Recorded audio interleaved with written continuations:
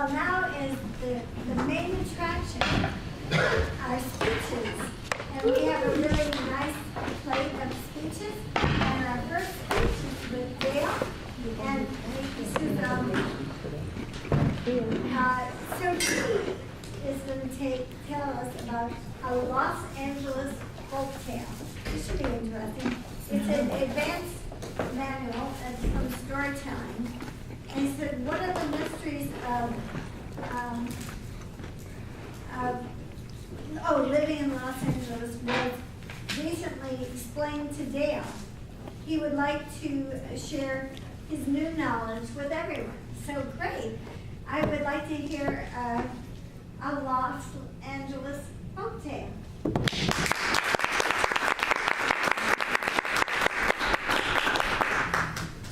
Hello Toastmasters, welcome guests. I manage a small apartment building for this lady. She's a widow. And every now and then I have to meet with her so she can sign some checks that pay for the services of the building, like the water bill, pest control, the gardener.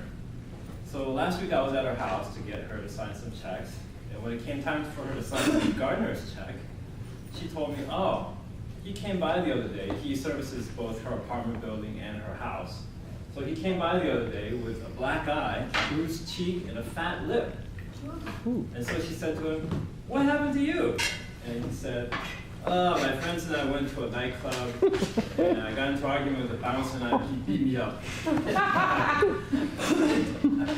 So she said to him, you got beat up by the bouncer? What did you say or do? So the gardener said, well, he was making us wait in front of the line. Meanwhile, all these girls that are coming after us, he's just letting them right in. So that made me mad. So I gave him a piece of my mind, and this is what happened. So she said, so don't you know girls can always go into clubs?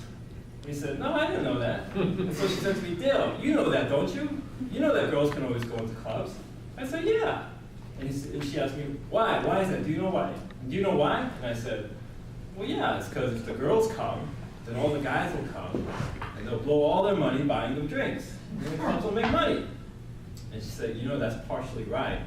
That's not the real reason how that started. And so I said, that's not. Well, what is the real reason why? And she said, let me tell you a story. So a long time ago, there was a man named David. He had a certain way about him that just went over well with everybody he met. He would grin or smile, and people would just say yes. They would do whatever he wanted. So let me give you some examples of how that worked. One time a cop pulled him over and gave him a speeding ticket. The cop wrote up the ticket, handed it to him. David got it and smiled. The cop immediately took it back and ripped it up and said, I'll let you off with a warning. Another time, David went to a store and he asked the shopkeeper, how much is this? The shopkeeper told him. David grinned because he thought, oh, that's just way too expensive for this thing. The shopkeeper saw that and immediately gave him 20% off. David liked that, so he smiled. And when the shopkeeper saw his pearly whites, the shopkeeper gave him another 30% off. So David had this way about him where he was able to buy things for low and sell things for high. And he made a lot of money. He bought a lot of businesses after that. He bought some real estate, and he became very wealthy. One time, he was walking down the street, and a mugger tried to hold him up. The mugger pulled out his gun and said, give me your wallet. David just grinned and said, friend, you don't need to live this kind of life. And immediately, the mugger's heart was melted. And he renounced his ways and repented on the spot. David was so moved by his change of heart that he said, friend, I'm going to help you out. I'm going to give you a job at one of my businesses. You could be the cashier at my nightclub. 2 weeks later, David went to check the cash register. When he was suddenly distracted by a commotion at the entrance. The entrance had 2 sets of doors to his nightclub. One is for people to come in, the other is for people to go out. And he saw this greasy-haired young man with $20 in his pocket coming in through the exit. But on his arm was the most lovely young lady he ever saw. As she walked in through the outdoor, it was like time slowed down. And the fan was turned on. And her hair in her dress was billowing. It was love at first sight. When she was going to the bathroom, he intercepted her and asked her like a million questions. What's your name? Where are you from? What do you do? Do you like pina coladas? Can I take you out to dinner tomorrow? She laughed and she smiled. She was so flattered, and of course David's ways about him had his effect on her. And when she had a chance to talk, she said, I'm with somebody right now, and I only see one guy at a time. It keeps me out of trouble. David said, I respect and admire that. But let me tell you, when things are over with this guy, please come back here, and I'll take you out for a nice steak dinner. I'll be waiting for you. So from the following night on, he was at the club, watching the door like an eagle.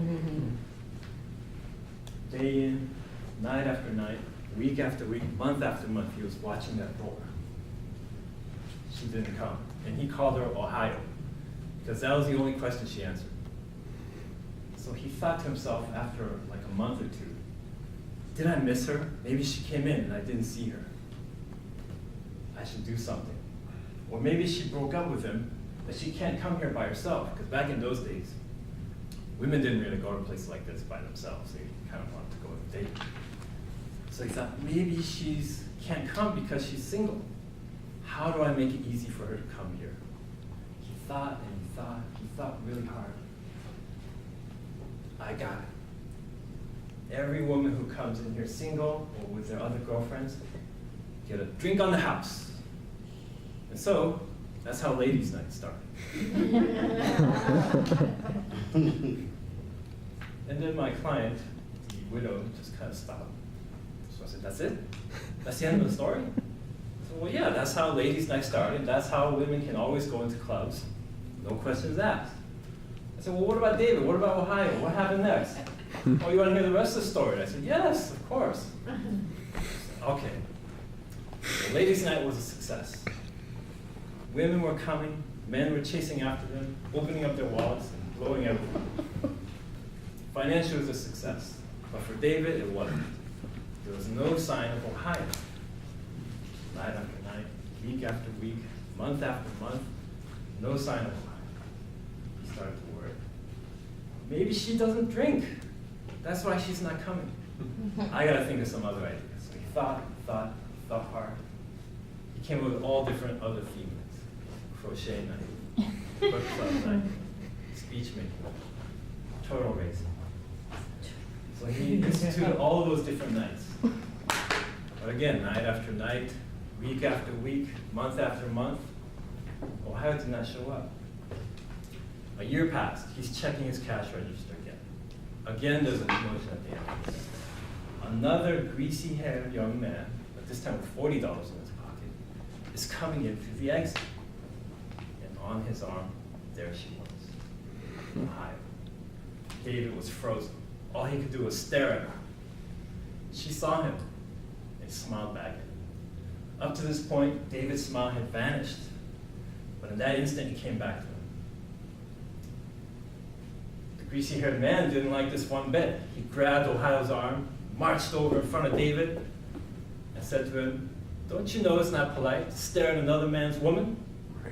David took Ohio's hand and kissed it tenderly. I've been waiting a whole year to see you again. This did not go over with the greasy-haired man. Right cross. What are you doing? Ohio screamed as she helped David up. David stood square right in front of the greasy-haired man. You can knock me down, but you can never knock my love for her out of me. Uppercut to David's jaw. David falls to the floor again.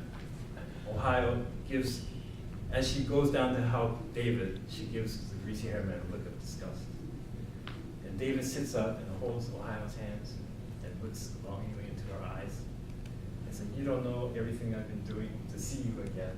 It's been so long. Can we go have that steak dinner now? And she smiles and she nods yes. The greasy-haired man looks at all this and he knows he's been beat, even though he hasn't been hit. And he storms angrily out of the club. And so they had their wonderful steak dinner. and it was Ohio's best steak dinner she'd ever had in her life. And they got married and lived happily ever after. Back to you.